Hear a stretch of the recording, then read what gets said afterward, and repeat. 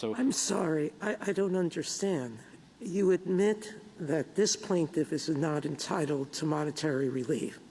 yes, The hotel is owned by a different entity now, correct? correct. And so you would need a new plaintiff and you would need a new defendant Well, Your Honor, to get a decision that's not advisory. Because what you're saying to us, the issue is important. This plaintiff gets nothing. The defendant has to be different because it's a different entity running it.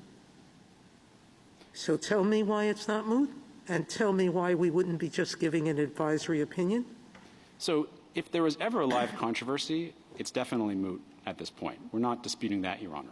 What we're simply saying is that there was never a live controversy in the first place, and the court should therefore so hold. In other words, the court should say that whether it's moot is sort of immaterial because from day one there wasn't a case or controversy. I'm sorry, I don't know why you haven't answered my question. Why isn't this purely advisory once there's no longer a live controversy between the parties before us? I don't think it's an advisory opinion at all, Your Honor. Both parties agree that the correct disposition of this case is to hold that there's no Article III case or controversy.